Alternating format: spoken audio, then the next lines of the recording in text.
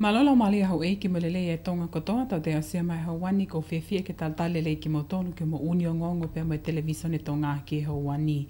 I e wakai ki ngahi tāno ala lahi o e aho, whanofo e ki pale mia ko minista ki pot ngau e ki muli, mo no pele maafu ko minista ki kau tawani a fio. Whafuafua ki ngai pisnisi e hong ful maanima ko tut uni e pot ngau e leipa, ke tā puni tupu me kai kakato ko e ngai whia mau whakalao kai malawa ki fotu pisnisi. Pea whaake atu e whaosinga e wike e ngahi nau wako mo e teo ngako ki senta ofa tui mo amanaki.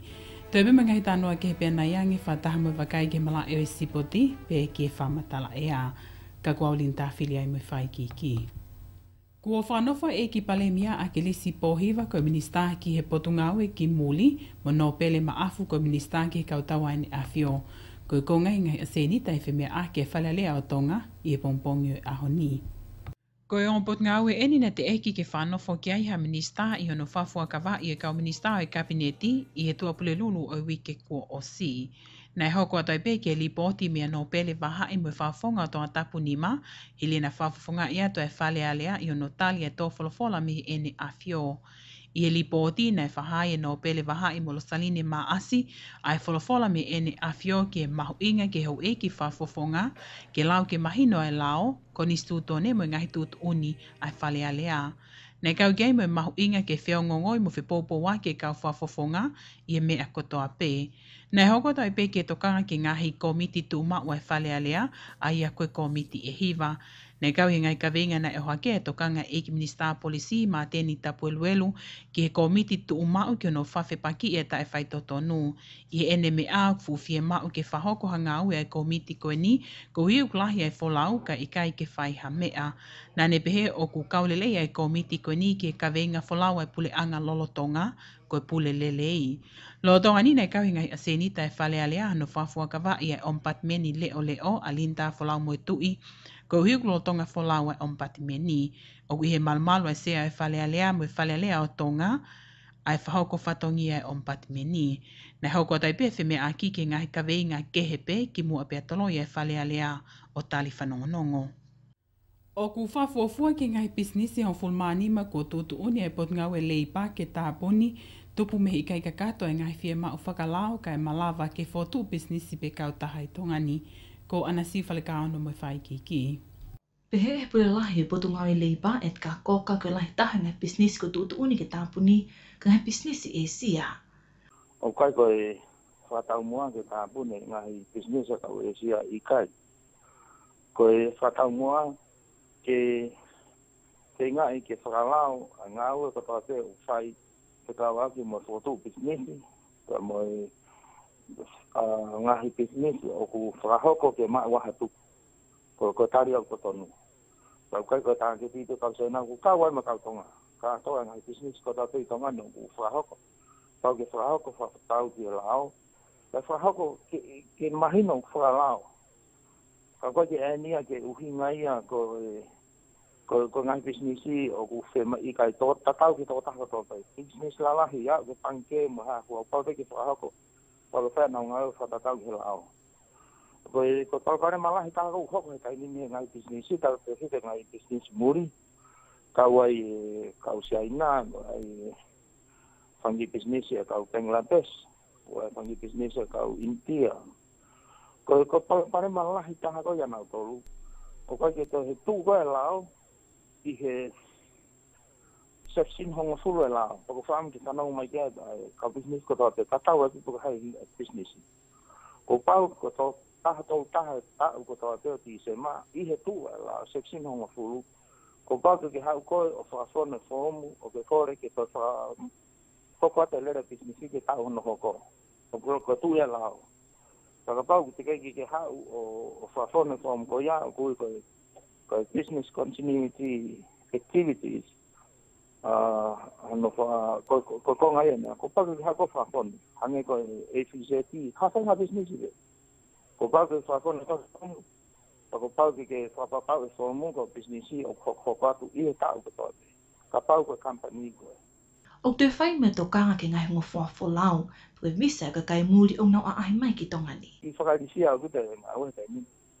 E kua au ia ke kausiai nei o kuange ko kawe immigration ni ke na visa o ka visa ngo fo ke nga u o si tohi mai na te visa ko ya ke ha o no fo he ni ko ha to ko ni ki se na ko o ku ya ne business o ka u ya ko domestic helper ke a bu to pe like I visa ke domestic helper ba mo visa ko atu ke at hanga fu ka ko ke nga u ya ko employment visa ta ko re ba visa ya ku ang ibe he ko nga immigration ni ko visa ko ya to ta ko ya ko ne ha ba na eva tap ke nga u tap ke ne ke ya ko itongani e tap ke ne fai ha me kan fai ha na o si nga u to ta ya ko ya he ko ni fare sai na ai ko ma ko to no ke si ofi fang di me ke ki ko ya ko me ta ko ai fang di ka sai na ya ang ni sa ke nga u ya fa ta ta ni ko ki mo to na o mai ke ha o to taila ke ha o plama ki ka ta ha e ha la to bo lai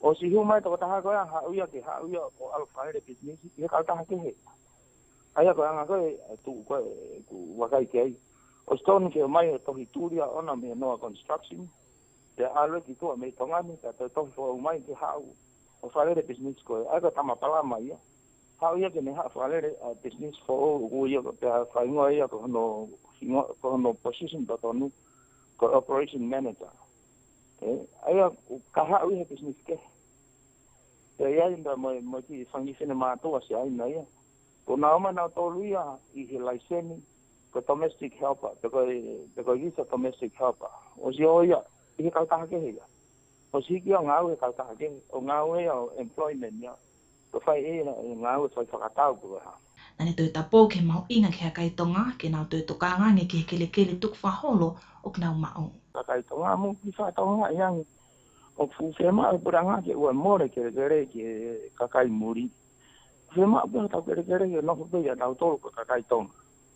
Na ta to fa tonga han ke ko os ka ta ke ya no ma u ya mo to sai na mo to India mo to Bangladesh ko ne fe ma ko me ma inga ko ke kai te hawa are a pau me hamuri tape o famai ka daki alo are a pau ke panga savea ke na usivi fo ali ki fo pau me ko te ka o are a pau ke he ia ta o sia ta alo reba sai na te fai mane are a pau ke ana o mai he tai are a pau ko ton ko na gari sia te tere ko ya te to fa tonga ha ko amuri o ko se to en kai to ko se tere ko e pura lahi e potungawe leipa et ka koka Na e whailonga I makehe po ngau ta mate awhia tonga ni aho toko na ki e mau wahenga mālolo a taha ka ofisa ngau e fuolo a potu ngau a tonga mana oli e opea. Ko hili ne ka kato e tau e tongu full maono e ni whahoko whatongia ma e potu ngau e ta mate awhi. Ko e ne mau wahenga mālolo eni hili a eni ngau I ngahi ngau e wha ofisa e potu ngau I e tau lahi. Na e whaaki atu e minista o e potu ngau e ta mate awhi ma tenu tapu eluelu ai tohi ki whailonga I ake e lava ko ia, pe koe lava mea koe na ni whahoko mai pule anga, o gau ki ai mau wahenga mālolo. Koe tō tahape I e ta oni ko os mau wahenga mālolo me he potu ngau e tā mate awhi, neongo nei whailonga I e mau wahenga mālolo e toko lahi me he ngahi potu ngau e pule anga. Na e whaaki atu e whakaosinga o wike e ngahi nau nā wako mo te unga ako ki senta ofa tui mo amanaki, me he kulupu tokoni me Nusila ko e tala siti akanesi matai tonga. Ko ngai tokoni ne whoaki ne kaukai e misin 4, wheelchair, mo ngai seti nau nau whale, tohi lau konga mo me awa inga. Na toi kaukai me nau nau ke langa aki, ai mala e wa inga ma ai whanau. Ko Malia Gutenbale mo whaigi ki. Ko i tokoni ni whamatala a Freezer matai tonga me kulupu, ai na nau whengau e aki wao whio me ngahi kauta ke kehe I Nusila. Koe makatunga mau ngau e, mau pai ngai tānu. O nesi, ko lau ke tāpua, ke koko koe poka e whine nani. Ke whine angao, mo whakua. Kana e, mai tahe ako naki a nesi ke ringa mantolu. Ka pau mo ke ofi ke kure anga tua, koe whanau. Tau ke kai blaki pao kai whanau e opati a manaki. Koe whanau e ki tau lahi nau tāpua ki e te ki tātou. Nai whai le mau wāake mau koni i apiako, whakatia manaki, au te kia o mawiri, a sisi e mawiri, a mawlawa toi o whakakore ke ngā tautau. Na e whamalo ia me mipa poate kau taha ko le skula atonga, alo Matt Johansson ai ngahi toko ni koe ni ku whakahoko. Ia honi o ki honi mga futu. Hai tamai ko mai, ta kukawai, mo ni ihi o lava atu ki ai kolo skula, ke rifai pe hangahi toko ni a ko mangahi sio pe kana tolu. Ka kotonga ni o klau wate ia. Hai tamai ki whahiakai, hai tamai, casino. Ai le pehe fokesione toton ke ngata pehe tau taha palu. Ai tamai ki koe lava mai ia pia toni. Ke iai pe i hia ke pehe esione ko ngofunu. Ki kai pe ke na whima wahe na toni heni. Ai ko kia au ia o whakaha iai ai kai lei ai star ke kau whine. Ako o atu ene ai koto honga o pito ki he family, mo trust, e kono hinga, ko mea koto pe o kumo ui ake kono skula, mo OTA Center, ko mea fuaki kato. Nai poupou ki hena tiuli pepere keti me senta ofa tui mo amanaki. Ko whawhawhanga e sigenta senere, sigenta mo whanau, alo Matt Johansson, me poa te pune a kantanko skula atonga, maasi I whanau I senta ofa tui amanaki. Mo kaunga aue, ai whakamalo lot honga ia moani, e hono whalelei honga o malai lainga. Kai mai ngā hina o nau me koro e kontina e tokoni ki hono ka hoko ngā ue ki whanau ni. Whakwatu me whamalo ke ngā hitau taha, kai mai ngā whamiri me ngā kau ngā mea New Zealand, ne nau tokoni mai I project koni. Koe maurotu ia ke whaitau pe kina ki motoro he eiki, kone watu mo uilelei, te whawhono atu ngā hitu wanga koroa ne tok mea e whilau lau ni. Ke ona hoko ko masiwa ke mo ngai family ai hoko ia ko tapuaki o hange ko ia ko mala mo nua he a. O kuofi e toko ni mga futupu o ku e senta ofa tui mo amanaki. Mai ngonga li te o ma televisione tonga, ko Maria Gutenberg. Na e whailonga I hawhewa e whaosinga e wike ai whotu ua misini pamu vai fo o ma ai kāinga, ko e tokoni e siasi o sisu kalaisi e kau maoni oni ngahi aho ki muini. Pe me he pule whakawahe ki sione taulani whatai, e tai mali e tokoni koe ni e tau whangi au tupu kuna nofo I he motu. Mea whakia kia mea ka mātou, ko mai kia ko pampo o, na mea wena pare ma. Ko nini tau e me wha, ai pare ma mau wai, ko na whai ho pe kore tokoni. Ia, na whai whakakau ki kia ki kai ki kai manene ngā ki nini, na whai ka whakatangi ki he kakene wakonua ai mi hake wani, kakene awaka. O whai ka noa ki tau aki te rawa whai ha tokoni, tere tokoni ki kia ki kai ki kai manene ngā ki nini. Na lota ke maile tangata I toni, a kakene awaka o ni whai ha whete taki, na tari o rei he kia ki kai ki a tore toni ma kara hoko. I a whai te ki kōsi, a mea ngā waha tau pare na whakaatu me ngahi paipako kakeo ke ngahi api. Ka kua ki pame waia me he pamu, ki whaitante e kau me te kaki horo koe ai wai ki ngahi api. Ka mea whawhetia ka mātou, mea ngā te kai te ose ngā ue ni ka whenua ale wai ki ngahi api katoa. Ka mea gona mā kia, ka mahina, mea rahina na hokai tau pare mata pamu. Ka whangiria whai ki te mea au katoe. Kasi mea whawhetia ka mā whea mai I tau e ni wha, mā te whio ni kanga rā, kai hora whenga, o tari ki kore mā whai. Ko e hili eni e lau tau e whehangai e kāinga mo paupale ma kia nau mau anga vai. O whafuafua ke paanga tonga e taha mano tupu ai mahu inga whapaanga o misini pamwai koe ni. O ku amanaki ke kawatu e tāwau tonga nofo Amerika ko noula ne tane ke whiauhi I loa I Disney Amerika ko Lion King. Ko pōkalama whali ali koe ni o whahoko maupehi e tau kotoa I Amerika mo Hong Kong. Ko ne tane tene whali ali e ta olunga awhi I e whiauhi koe ni. Ko e fofua tonga eni ke kawatu ke whiauhi I loa mo whaholo mamata koe ni. Mo e ka kato e pia ngahi uni o ngongo whaloto whanua ka koe wakahi eni ke mala e sipoti. O ku ikai ke totongi ai Levi I ho vete pe whiawe aki paanga mo I pange langa whakalakalaka o tō ngā.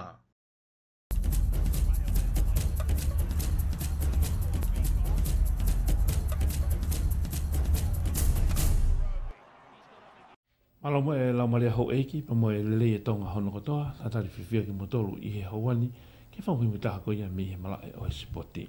O wai tau ngai ngongo whalot whanua, pe whoke tau wakai ki topi anga mama o atu, tau tau te whita ni malae koia o e akapulu. I ngahi ngongo whalot o whanua, lawa lele whia ohi koe kolomutua 7 I he wike kua o si, nei kuna ki he koriskot pou pe mei toloa, pa pe whoki ngahi whakalakalaka kehe o I tau tau whitu, ne whakahau koia, I he aho e tolu koia wike kua o si. Ko Antoni Samita, mo I tala noa koia. O ku te ikai peke fo e kau popo e timi koe toloa All Boys hono tālanga e nau hau he whiau koe tau toko whitua kolomotu a. Hire e nau malo he timi koe Marist he semi whainolo, e a wapi I moha asini he whainolo. Koe whainolo whaingo fua pen ke timi koe toloa I he na tau koe moha asini koe hui, koe nau paiki koe ko Steven Solunga, na ne kolosi tu oua he laine tata o oha asini ke nau ikuna eni. Aia ko hono whakahoko re vaini ngai timi tangata I he kalas uluaki I he whea uhi koe kolomotua 7. Ne mau pe timi koe tolo Old Boys I he kalas uluaki eni mo I pū whakataha mo pangai o noafe. Pūa ke ha sini pangai whaafe tolo e Maris tolo afe ni mangeau. Whangere ia pangai wafe ni mangeau ni mahavelu pangai wafe. Ono tamatu tolu pangai tahafe ni mangeau fito kolomotua tahafe wangeau.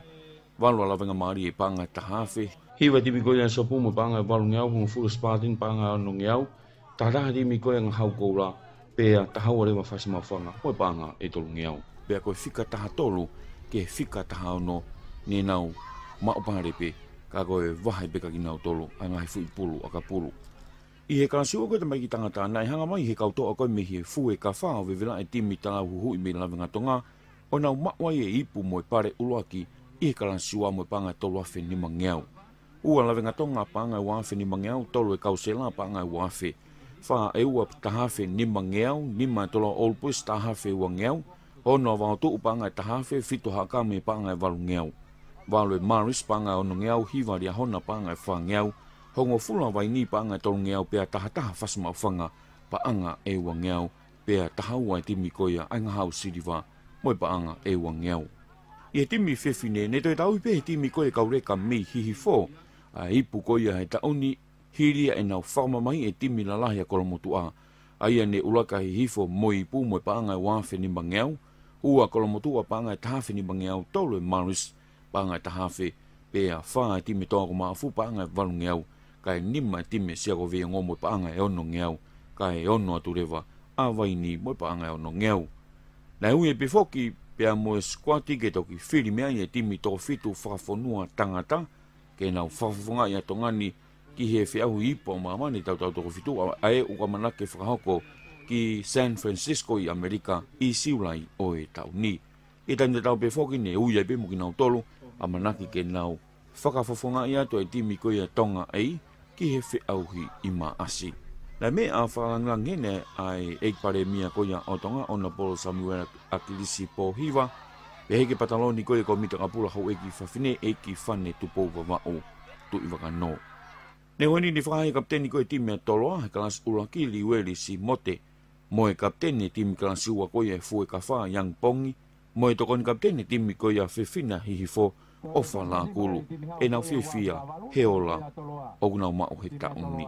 Hangi pe koe o tau mata a honde laba koe whea. Kono mai toloa kataki. Pe ahi koe na toko osi, mahangi kono moni ma whiwhia. E koe hela koe. Molaba mai hela ia lahi ma teu aunu kolomatua. Na hawe uha mo la aga mau. More o mosi ya. Moni ma fefia o to e fofa timing ke mau ikona fe au. Koe kita mai ki ni koe. Lere ita ha no ma fa ko ma fefia u to e. Ikona kon. Moni koe lau koe mala e ko mala e ata. Ka e mau ma ko lo to ta ha mo to a mo fia ikuna malohi. Na mau fa ma lere ita nga we fakata ki to tu ka mau wi. Pe ko ni mau e ola na mau ta mo ki ai pe ki ana pe langi. Kake ni ai pe fok mo ngahi pare ma ke ni fok ai pe I he malai hala no eni I he whiawhi tokona ki ku o si. Aia koe kalas uluaki e tamai ki tangata ko toko taha lerei taha he whainolo. Na te awi pe ia ki timi koia tolo All Boys ke isileri sulunga. mo pa nga te au ko to taha wa inga le taha re wa ko ya I he fe au hi ko ko tournament ko mo to 7 ne AVP ya kia riweri si mote me ti mi ko to lo mo pa nga te au I he kalasi wa re wa ko to taha le taha e final ne AVP ti mi ko ya fu e ka fa kia yang pongi to taha le taha re wa ye fe au hi ko ya ai tournament pe ko re volo ko ya kalasi wa ne ave ya ke fesi matakai ko timi ala venga tonga asia re talakai I timi fe fine re wa ko taha wa inga le taha e final ko taina halasima mo pa anga e te au me timi hi fo pe to taha wa inga le taha re wa ko ya I he tournament na e ave pe ya ke timi hi fo mo pa anga e tolngeau kia Salome pa hulu I tan tau ne toki taki pa anga e wangau mo kapteni ko e timi Maris fefine ko e timi kolmotua mo timi a hi fo o koe whamui mita pia me he malai koia o e supoti ki he whini, ai malo pito mō mea mai, mō mea.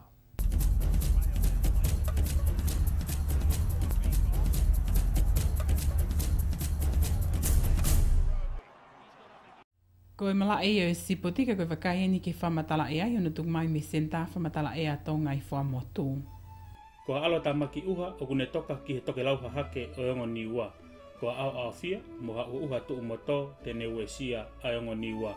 Lolo tonga ia ko matangi yangi me he hahake mo tonga hahake o kune ka pui ai otu tongani. Whamatala e ke tu a po apungpongi ki he otu tonga ki ongo ni ua. Angi ki ke maa malohi e matangi me hahake mo e tonga hahake pe angi malohi ange iha ngā hi taimi. Lahi au fia mo ha uha tu moto whakataimi pe malawa ke lolo lahi hanga he taimi mo ha mana mana. Ki wawau, angi ki ke maa malohi e matangi me hahake mo e tonga hahake pe angi malohi ange hanga he taimi. Au fia whakataimi mo ha uha tu moto to holo malawa ke lolo lahi hanga he taimi I he poni. Ki hapai tonga tapu mo eua angi ki ke maa malohi e matangi me hahake mo e tonga hahake pe angi malohi ange I hanga he taimi. Au fia whakataimi mo ha uha tu moto to holo malawa ke lolo lahi hanga he taimi I he fiafia pongpongi. Ko fua mawhana ki a pongpongi ke kotoa atu tonga, whafufua ke maalunga ko tiri seo siase tolu noa ki e tolu taha, mo i maa ulalo ko tiri seo siase ua wha ki he wano. Ko e wakai ke whamatala e ki tahi, pa mo i tau ngahi whatokanga ki e ngahi potu tahi, o ke i tuku atu heni ha whatokanga matangi hako hako ki e kotoa e ngahi potu tahi o e otu tonga. Whamatala e ke tu a po a pongpongi ki he kotoa e ngahi potu tahi o e otu tonga, ki e kotoa e ngahi potu tahi o e otu tonga, yangi e matangi me he hahake mo e tonga hahake, maritahi tahanima ki e wanoa ki e houa, pe au peke maritahi e wanima ki e tolnoa ki e houa I a ngā he taimi. Hou e tahi, a ke māmalohi e pe au mei he tonga hahake. Hua mamaha e tahi, ko e tahi e tau maria asumi te uaua mei he taha I he pon, pe mātoka e tahi tomi te wanima ki he ono, I he pongpongi a pongpongi. La me mahina, e toi mahina tomi te hongo fulu ki he taha I he pon, pe hopo e la a asumi te tahano mei he ono, I he pongpongi a pongpongi. Pe te tau whasa ke pe tau whamatala e ke he whiawhini, e tau wakai ki he whamatala e ke aho ono ka hoko mai ki nuku alofa. Angi ki ke maa malohi e matangi me he hahake mo e tonga hahake. A whia whakataimi, mo ha uha tu mo to holo ki he lolo tonga e wike. Ko e maa whanataha e I waha atiri seo siase wa hiwa ki e tolu noa. Mo mogo taha e waha atiri seo siase wa tolu ki he wa wha. Hau e waha epesete fitu nima ki he walu nima. Ko e whamatala e ai kai ki mua koe pe tau mawai ko te wakai ni ki ngahi tānoa la lahi o e aho. Whanofo e ki palemia ko minista ke pot ngau e ki muli mo no pele maafu ko minista ke kautau ai ni awhio. Whafuafua ki ngahi pisnisi hong fulmanima ko tutuni e pot ngau e leipa ke tāpuni tupu mei kai kakato e ngahi fia mao whakalao kai malawa ke fotu pisnisi. Pea fua ke atu e whaasinga e wike ngahi nau wako mo te ngako ki senta o whatui amanaki. Whamanatu atu ke whaiki ki o ngahi uni o ngongo tatau whitu tak telefon mai ki ua tonu ni meni maono. Piko wakai ke mau website at www.tonga-broadcasting.net. Piko mau pesi Facebook Radio Television Tonga. Kai malo apito mo mea mai, ka mo mea.